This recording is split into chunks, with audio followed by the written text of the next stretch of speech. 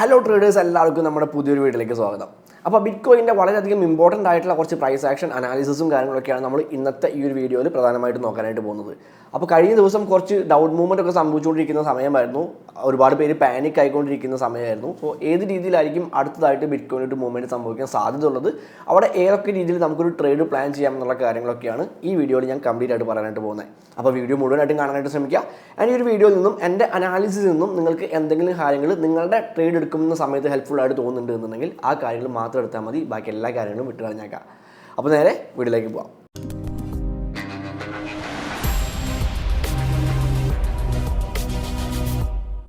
Okay guys, അപ്പോൾ നമുക്ക് പതിവ് പോലെ തന്നെ കോയിൻ മാർക്കറ്റ് ക്യാപ്പിൽ കുറച്ച് വിശേഷങ്ങൾ പറഞ്ഞുകൊണ്ട് തന്നെ തുടങ്ങാം.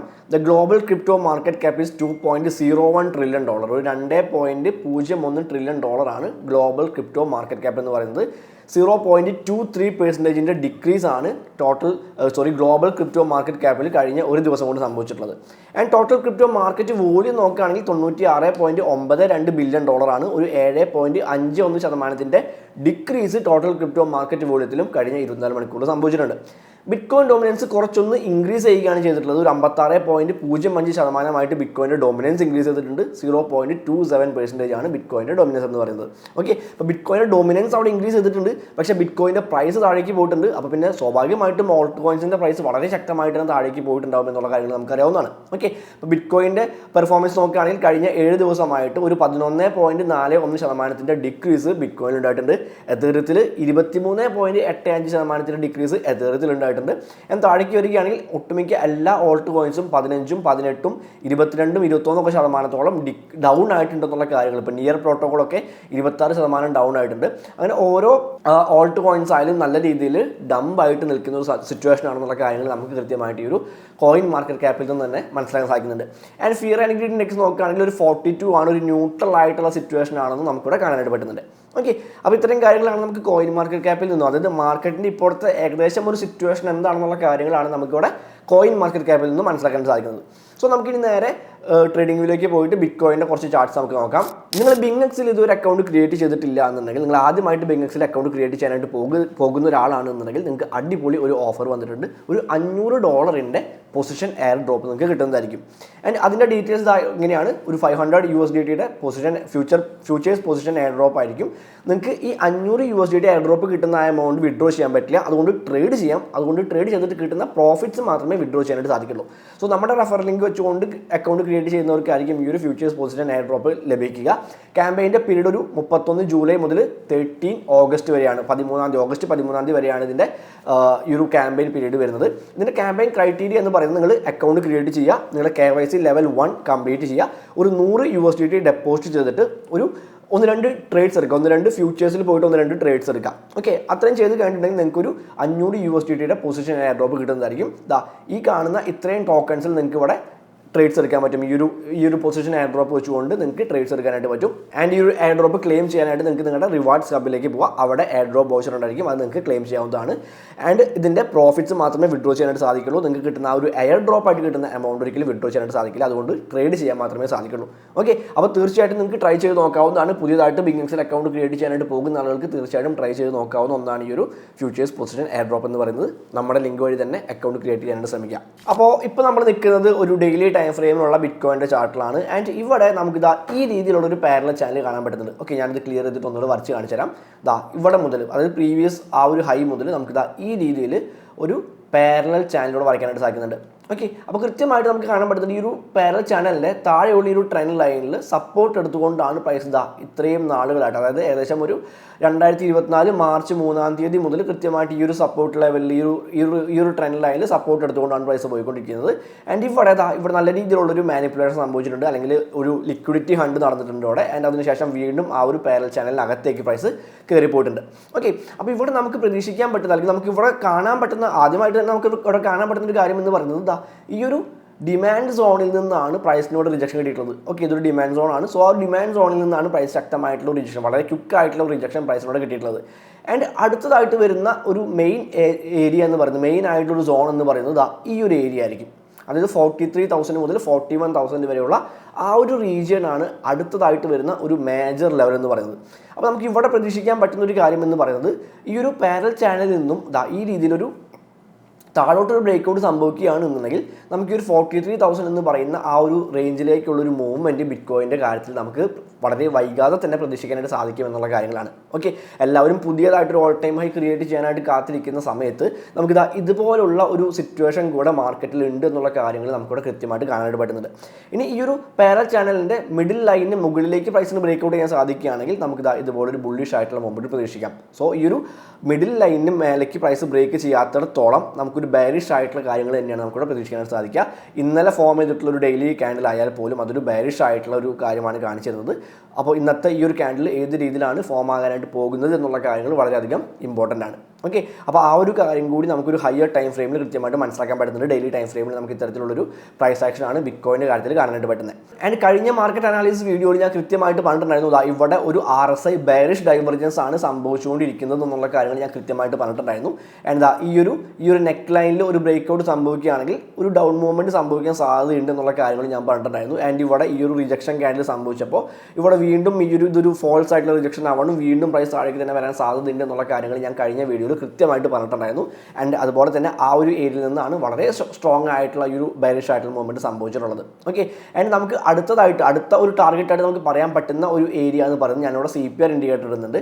CPR ഇൻഡിക്കേറ്റർ ഇടുമ്പോൾ നമുക്കിവിടെ കാണാൻ പറ്റുന്നത് CPRലെ S1 ആയിട്ടുള്ള CPR ലെവൽ ഈ മന്തിലെ S1 ലെവലായിട്ടുള്ള 55 എന്ന് പറയുന്ന ആ ഒരു 55,000 എന്ന് പറയുന്ന ലെവൽ ഓൾറെഡി പ്രൈസോട് ബ്രേക്ക് ചെയ്തിട്ടുണ്ട്. ആൻഡ് വീണ്ടും പ്രൈസ് ഒരു റീടെസ്റ്റ് സംഭവിക്കുന്നുണ്ട്. ആൻഡ് ഈ ഒരു ഗോൾഡൻ ലെവൽ, അതായത് CPR ലെവലായിട്ടുള്ള 61,000 മുതൽ 63,000 വരെയുള്ള ഈ ഒരു ഏരിയ പ്രൈസിന് ബ്രേക്ക് ചെയ്യാൻ സാധിച്ചില്ല എന്നുണ്ടെങ്കിൽ, ഇതിന് മുകളിലേക്ക് പ്രൈസിന് പോകാൻ സാധിച്ചില്ല എന്നുണ്ടെങ്കിൽ ഇവിടെ നമുക്ക് വീണ്ടും ഒരു റിജക്ഷൻ പ്രതീക്ഷിക്കാം. ആൻഡ് ആ റിജക്ഷൻ പിന്നീട് എത്തി നിൽക്കാനായിട്ട് പോകുന്നത് ഒരു 45,000 എന്ന് പറയുന്ന മന്ത്ലി CPR S2 ലെവലിലായിരിക്കും. ഓക്കെ, S1 ലെവൽ ഓൾറെഡി ബ്രേക്ക് ചെയ്തിട്ടുണ്ട്. സോ അടുത്തതായിട്ട് ഒരു S2 ലെവലിലേക്ക് പ്രൈസ് എത്താനായിട്ടുള്ള സാധ്യതകൾ നമുക്ക് ഇപ്പോഴത്തെ മാർക്കറ്റ് കണ്ടീഷൻസ് വെച്ചുകൊണ്ട് നമുക്ക് പറയാനായിട്ട് സാധിക്കും. ഓക്കെ, ആൻഡ് ഇതെല്ലാം ഒന്ന് ക്ലിയർ ചെയ്യുകയാണ് എന്നുണ്ടെങ്കിൽ നമുക്ക് കുറച്ചൊരു അഡ്വാൻസ്ഡ് ആയിട്ടുള്ള കാര്യങ്ങൾ പറയുകയാണ് എന്നുണ്ടെങ്കിൽ നമുക്ക് ഇവിടെ ഓർഡർ ബ്ലോക്ക്സ് കാണാൻ പറ്റുന്നുണ്ട്. ഇത് ഒരു ഓർഡർ ബ്ലോക്കാണ്, അതുപോലെ തന്നെ ഇതെല്ലാം ഒരു ഓർഡർ ബ്ലോക്കായിട്ട് കാണാൻ പറ്റുന്നുണ്ട്. അപ്പോൾ ആ ഒരു ഓർഡർ ബ്ലോക്ക് വരുന്ന ഒരു ഏരിയ എന്ന് പറയുന്നത് നമ്മുടെ ഈ ഒരു മന്ത്ലി CPR ലെവൽസ് ആയിട്ടുള്ള 61,000 മുതൽ 63,000 വരെയുള്ള ആ ഒരു ഏരിയയ്ക്ക് അടുത്തായിട്ടാണ് ഈ ഓർഡർ ബ്ലോക്സ് എല്ലാം വരുന്നത്. അപ്പോൾ പ്രൈസിന് ആ ഒരു ഏരിയയിലേക്ക് എത്തുകയാണെങ്കിൽ അവിടെ വീണ്ടും ഒരുപാട് ഓർഡേഴ്സ് അവിടെ ഫില്ല് ചെയ്യാതെ കിടക്കുന്നുണ്ട് എന്നുണ്ടെങ്കിൽ ആ ഓർഡേഴ്സ് എടുത്തുകൊണ്ട് വീണ്ടും പ്രൈസ് താഴേക്ക് പോകാനായിട്ടുള്ള സാധ്യതകൾ അവിടെ നമുക്ക് വീണ്ടും കാണാനായിട്ട് പറ്റുന്നുണ്ട്. ഓക്കെ, അപ്പോൾ പ്രൈസ് ബുള്ളിഷ് ആയിട്ട് മാറണമെന്നുണ്ടെങ്കിൽ ഒരുപാട് കാര്യങ്ങൾ ഇവിടെ സംഭവിക്കേണ്ടതായിട്ടുണ്ട്. ഒരുപാട് മെയിൻ ഏരിയാസ് അല്ലെങ്കിൽ ഒരുപാട് ബയേഴ്സിനെ അല്ലെങ്കിൽ ഒരുപാട് പച്ച മലയാളത്തിൽ പറയുകയാണെങ്കിൽ ഒരുപാട് കരടികളെ ബുൾസ് കൊന്നിട്ട് വേണം മേലേക്ക് പോകാനായിട്ട്. സോ അത് കുറച്ച് ബുദ്ധിമുട്ടായിട്ടുള്ള കാര്യമാണ് ഇപ്പോഴത്തെ മാർക്കറ്റ് കണ്ടീഷൻസ് വെച്ചുകൊണ്ട്. അത് വളരെയധികം ബുദ്ധിമുട്ടായിട്ടുള്ള കാര്യമാണ്. കാരണം മൊത്തത്തിൽ നമുക്ക് പ്രതീക്ഷിക്കാൻ സാധിക്കുന്ന ഒരു ബെയറിഷ് ആയിട്ടുള്ള മാർക്കറ്റ് സെൻറ്റിമെൻ്റ് ആണ് മൊത്തത്തിൽ നമുക്ക് ഈ ഒരു പ്രൈസ് ആക്ഷൻ വെച്ചുകൊണ്ട് നമുക്ക് മനസ്സിലാക്കാനായിട്ട് സാധിക്കുന്നത്. ആൻഡ് മറ്റൊരു കാര്യം കൂടി നോക്കുകയാണെങ്കിൽ നമുക്ക് ഒരു വീക്ക്ലി ടൈം ഫ്രെയിമിലേക്ക് വരുമ്പോൾ നമുക്ക് വളരെ സ്ട്രോങ് ആയിട്ടുള്ള ഒരു സപ്പോർട്ട് ലെവൽ കാണാൻ പറ്റുന്നുണ്ട്. നമ്മൾ ഇത്രയും നേരം ഒരു ബെയറിഷ് ആയിട്ടുള്ള കാര്യങ്ങളാണ് പറഞ്ഞത്. സോ ഇനി നമുക്ക് കുറച്ച് ബുള്ളിഷ് ആയിട്ടുള്ള ഒരു കാര്യം പറയാനാണ് എന്നുണ്ടെങ്കിൽ നമുക്ക് ഈ ഒരു വീക്ക്ലി ടൈം ഫ്രെയിം നോക്കുകയാണെങ്കിൽ നമുക്ക് ഇവിടെ മുതൽ ഈ ഒരു ഏരിയ മുതൽ കൃത്യമായിട്ട് ഈ ട്രെൻഡ് ലൈനിൽ സപ്പോർട്ട് എടുത്തുകൊണ്ടാണ് പ്രൈസ് പോയിക്കൊണ്ടിരിക്കുന്നത്. അപ്പോൾ ഈ ഒരു സപ്പോർട്ട് എന്ന് പറയുന്നത് 2015 മുതൽ ഈ സപ്പോർട്ട് 2015 ഓഗസ്റ്റ് 24 ഈ ഒരു പ്രൈസ് ആക്ഷനാണ് ഇവിടെ കാണാൻ പറ്റുന്നത്. അപ്പോൾ 2015 മുതൽ കൃത്യമായിട്ട് ഈ ഒരു ട്രെൻഡ് ലൈനിൽ സപ്പോർട്ട് എടുത്തുകൊണ്ടാണ് ബിറ്റ്കോയിൻ്റെ പ്രൈസ് മുകളിലേക്ക് പോയിക്കൊണ്ടിരിക്കുന്ന ആ ഒരു ബുള്ളിഷ് ആയിട്ടുള്ള മൂവ്മെൻറ്റ് അല്ലെങ്കിൽ ബിറ്റ്കോയിൻ്റെ ജേണി ഈ ഒരു ട്രെൻഡ് ലൈനിൽ സപ്പോർട്ട് എടുത്തുകൊണ്ടാണ്. ആൻഡ് ഇവിടേക്ക് നോക്കുകയാണെങ്കിൽ സൂം ചെയ്ത് നോക്കുകയാണെങ്കിൽ നമുക്കിതാ പ്രൈസ് ഏറെക്കുറെ ആ ഒരു ട്രെൻഡ് ലൈൻ അടുത്തേക്ക് എത്തിയതിന് ശേഷമാണ് ഇവിടെ ഒരു റിജക്ഷൻ കിട്ടിയിട്ടുള്ളത്. അപ്പോൾ ഈ ഒരു റിജക്ഷൻ ഈ വീക്ക്ലി ക്യാൻഡിൽ നമുക്ക് കാണാൻ പറ്റുന്ന ഈ ഒരു റിജക്ഷൻ മിക്കവാറും ഒരു ഫോൾസ് ആയിട്ടുള്ള ഒരു സൈൻ ആയിരിക്കും നമുക്ക് കാണിച്ചു തരാൻ പോകുന്നത്. കാരണം വീണ്ടും പ്രൈസ് ഒന്ന് ഡൗൺ ആവാനായിട്ടുള്ള ചാൻസ് നമുക്കിവിടെ പറയാനായിട്ട് പറ്റും. ഞാനൊരു ഡെയിലി ടൈം ഫ്രെയിമിലേക്ക് പോകുന്നുണ്ട്. ആൻഡ് ഡെയിലി ടൈം ഫ്രെയിമിലേക്ക് നമുക്ക് വരുമ്പോൾ നമുക്കിവിടെ മനസ്സിലാക്കാനായിട്ട് സാധിക്കുന്ന ഒരു കാര്യം എന്ന് പറയുന്നത് ഇവിടെ ഞാൻ വീണ്ടും ആ CPR ഇൻഡിക്കേറ്റർ കൂടെ ഇടുന്നുണ്ട്. ഓക്കെ, CPR ഇൻഡിക്കേറ്ററിൽ നമ്മൾ തൊട്ട് മുമ്പ് പറഞ്ഞിട്ടുള്ള ആ ഒരു 45,000 എന്ന് പറയുന്ന ഈ ഒരു ലെവൽ വന്ന് നിൽക്കുന്നത് നമ്മുടെ ഈ ഒരു ട്രെൻഡ് ലൈൻ്റെ ഏരിയയിലായിരിക്കും. ഓക്കെ, അപ്പോൾ പ്രൈസ് പതുക്കെ ഈ ഒരു ഏരിയയിൽ നിന്നും താഴേക്ക് വന്ന് ഒരു മന്ത്ലി CPR S2 ലെവലിലേക്ക് എത്തുകയാണെന്നുണ്ടെങ്കിൽ അത് ആ ഒരു വീക്ക്ലി ടൈം ഫ്രെയിമിൽ നമ്മൾ കണ്ടിട്ടുള്ള ആ ഒരു ട്രെൻഡ് ലൈനിൽ ഒരു സപ്പോർട്ട് എടുക്കുന്ന രീതിയിലുള്ളൊരു പ്രൈസ് ആക്ഷൻ ആയിരിക്കും നമുക്ക് അവിടെ കാണാനായിട്ട് പറ്റുക.